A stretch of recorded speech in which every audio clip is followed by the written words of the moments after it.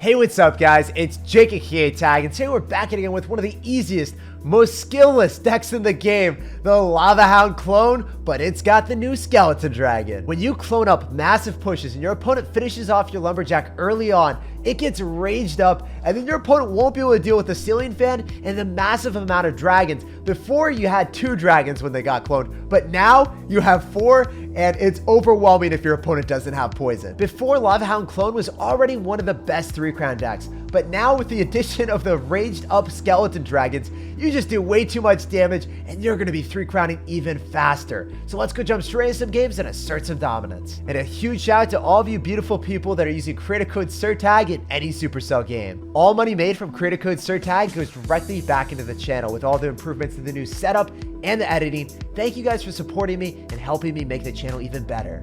All right, we're going to sauce out a good luck here. We're going to see what's up. We're going to see what's happening. And this guy's going to go for a Magic Archer. So we want to go in the same lane as the Magic Archer to destroy it and get some phenomenal counter push. We want to slay the Slayer. Oh my gosh. Big Mini Pekkas is his clan tag. And then, of course, what does he do? Sauces out the Big Mama Bear.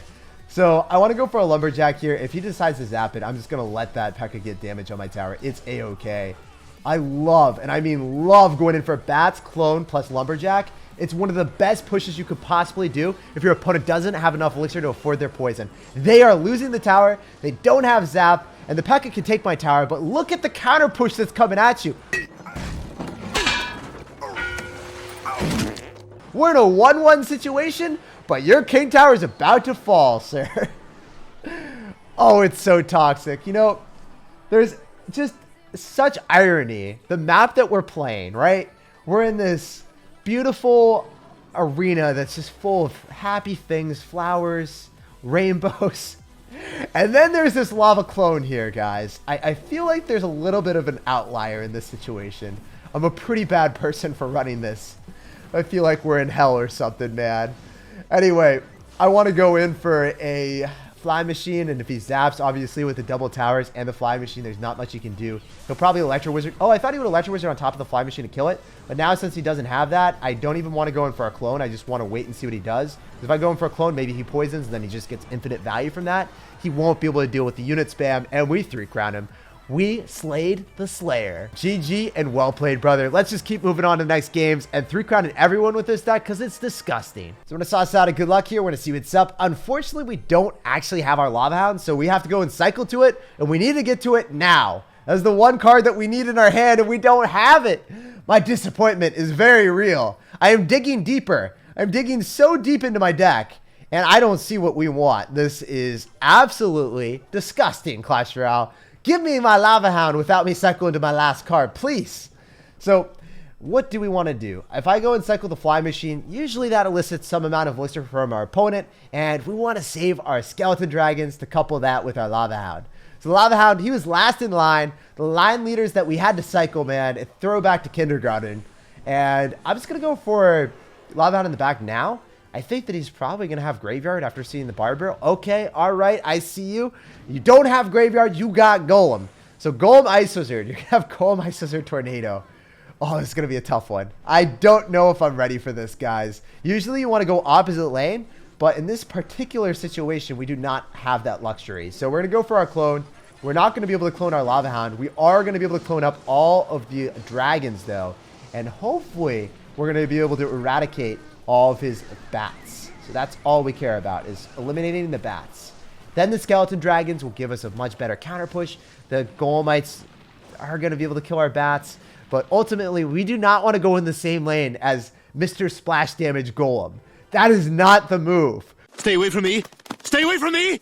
So we were forced into a horrible interaction. We know that he's probably going to go Golem in this lane because, you know, he's got all his damage there. So we're going to Lava Hound on the left, and we'll see what happens. Maybe he switches lanes, but I'm hoping he doesn't play intelligently. I'm really hoping he decides to go on the right-hand side and plop down a Golem. That is my one wish in life. Please, dude, fulfill my deepest and darkest desires because I just want to win in Clash Royale, dude. That's all I want. Okay, you're going to lightning on top of the Fly Machine before I have an opportunity to clone. I get that. I feel that. That's fine. We can Lumberjack here. The great thing about this deck is I actually have a pretty quick cycle, so I'm not going to be dismayed by having to go and cycle back to a Lava Hound. I can go in for a Lava Hound at the river, have it raged up, and then you're going to have to still deal with the clone of justice. I don't want to do it just yet because I expect him to probably go in for a tornado. I'm going to wait for that to happen. Then we can go in for our lumberjack again, and we can make a massive push. So he doesn't actually have his clone anymore. We're losing the right-hand side, but you're losing the left, man. So an eye for an eye. We can go for our skeleton dragons here, eviscerate all of the Night Witch bats, and that's how we win this game. If we kill the Night Witch early on, we might be able to 3-crown him. Guys, I see a common theme in all of our games. It's just 3-crown after 3-crown after 3-crown. And that's all we do here. That's all we know. It's against my religion to play this game any other way. So bats are going to be able to shut that down. I expect him to probably go in for a golem or something soon. We will see. Yes, he did it. He fell for the trap card. We can go for the skeleton army in the middle. And this is going to be a really tragic time for my man.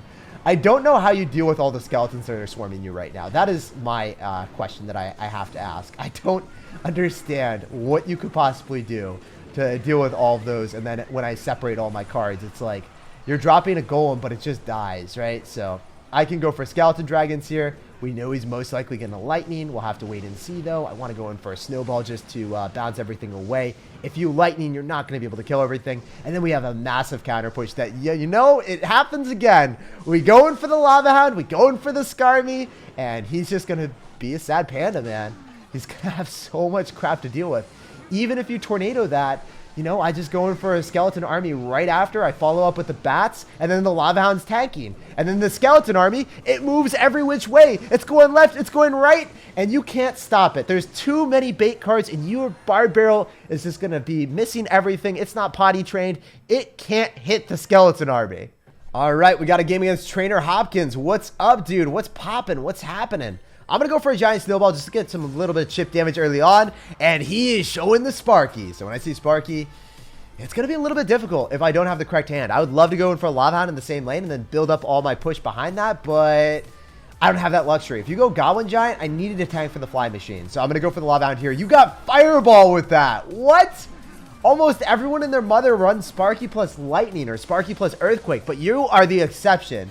Coming through with the Sparky fireball. So gets a lot of damage on us early on, but he's going to go in for a Skarmy that isn't going to be beneficial for him in the slightest. I can go follow up with the skeleton dragons and eviscerate those bats a little bit quicker, bait out more elixir. He's got arrows fireball, so I really am hoping for no trifecta of spells. You are limited to 2 spells, dude. We're precluding any potential of another one entering the arena here. Who knows, though? He's got his socks on, so he's a little bit of a crazy person.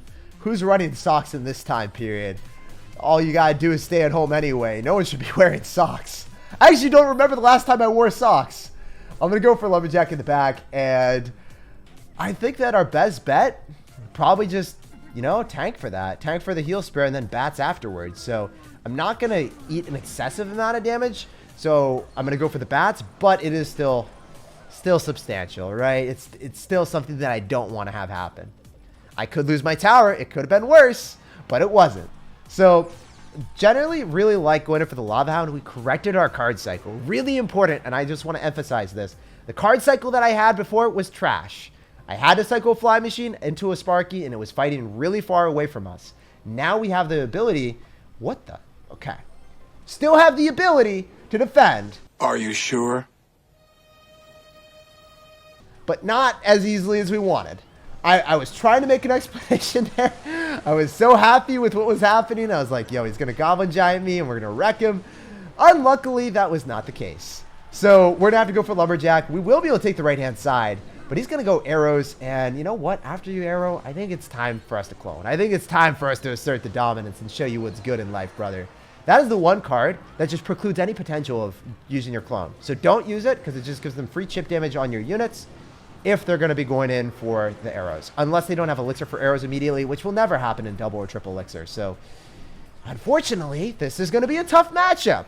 Not a good time. Most of the time against Sparky, you just win. Like 99% of the time, hard counter them. But if they have fireball arrows, it could be a predicament. So, it's going to arrow there. That means we can clone. That is that's the language we like to see, my dude. And I can go for a lava hound in the middle. So when your lava hound pops, then it redirects on the lava hound in the middle. And then look at that. Look at both towers. They're shooting that lava hound. He's going to lose. Yeah, exactly. One of my favorite plays is when the Lava Hound pops. You use the Lava Hound in the middle, your second Lava Hound, to tank for everything and get an incredible amount of damage on the tower. So we played against Slayer. Now we have to play against the Saiyan. Dude, he's making me think of Super Saiyans right now. Dragon Ball Z stuff. Oh, of course. He's powering it up. He's evolving to the next final form with his skeleton barrel at the river. Oh my goodness. This guy thought I have seen it all, but you know, no, I haven't. The Goblin Barrel, Skeleton Barrel spam. So he's going to have Bomb Tower Tesla. Most people are running Tesla now after the Bomb Tower nerf with this deck. I think Tesla personally is a little bit better. So we'll see what he's going to do. If he's got Tesla, he'll have a slightly better matchup. We will have to wait and find out. But he's going to go for a Knight, so that's a +1 interaction for us. And he can't go for a Skeleton Barrel into the bats either. So, oh my gosh, he's going to do it. But he's going to drop it really far back. So it gives me so much time to build up a push on the left-hand side. He could go for Princess, so I don't want to spend too much elixir. I'm actually going to wait. I'm going to go in for a clone here, and then I'm going to snowball as soon as the Skeleton Barrel gets close. So then I'm able to knock back all of the goblins, evaporate all of the skeletons, and vanquish his tower on the left-hand side at the same time. We're going to Fly Machine to go and snipe that Dark Goblin. We're going to be a ninja, infiltrating enemy lines, not even looking at the Knight, being 300 IQ, not even 200 IQ. That was a ceiling fan or a flying machine that has ascended to the next level and transcends classification. I don't even know how to thank him properly for that. But also, another big thing that you guys have seen consistently from my Skarmy, right? It denies all damage if you drop it in that placement. Where if you drop it behind your tower and they go for a Goblin Barrel, you shut it down. I know that you have Snowball and you guys might be thinking, how do I beat Logbait? What do I do? If you've got Skarmy, it's really awesome. It's one of my favorite counters to any Goblin Barrel because they also have to spend another small spell to clean it up on the way back as it counter pushes. So, can we slay the Slayin? I mean, maybe he's already slaying. I don't know. Like, at this point in this like name, is it a... Is he describing what's already happened to him? Or is this like Super Saiyan? I want to know. Let me guys know in the comment section what you think of this guy. Wait, he just missed the rocket again. Oh my goodness. People do that so often.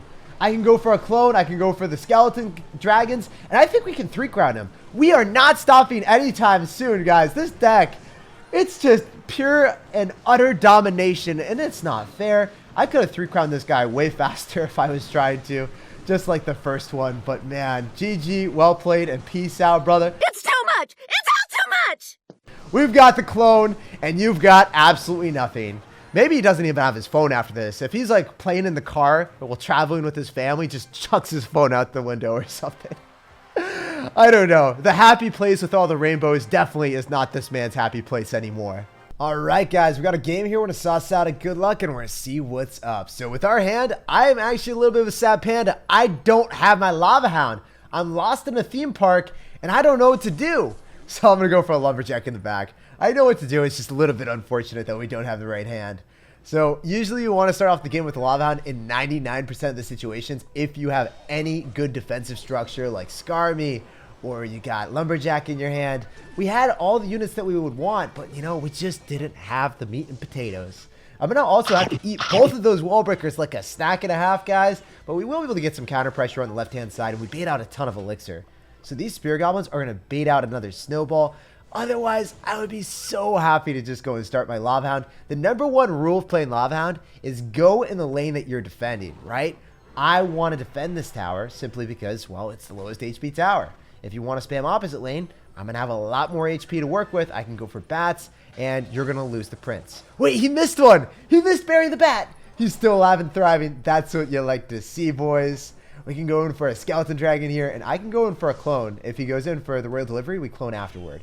That is the play. So I think he's going to go in for it real soon. I'm expecting it, and then we go in for our clone because he's not going to be able to kill them anymore.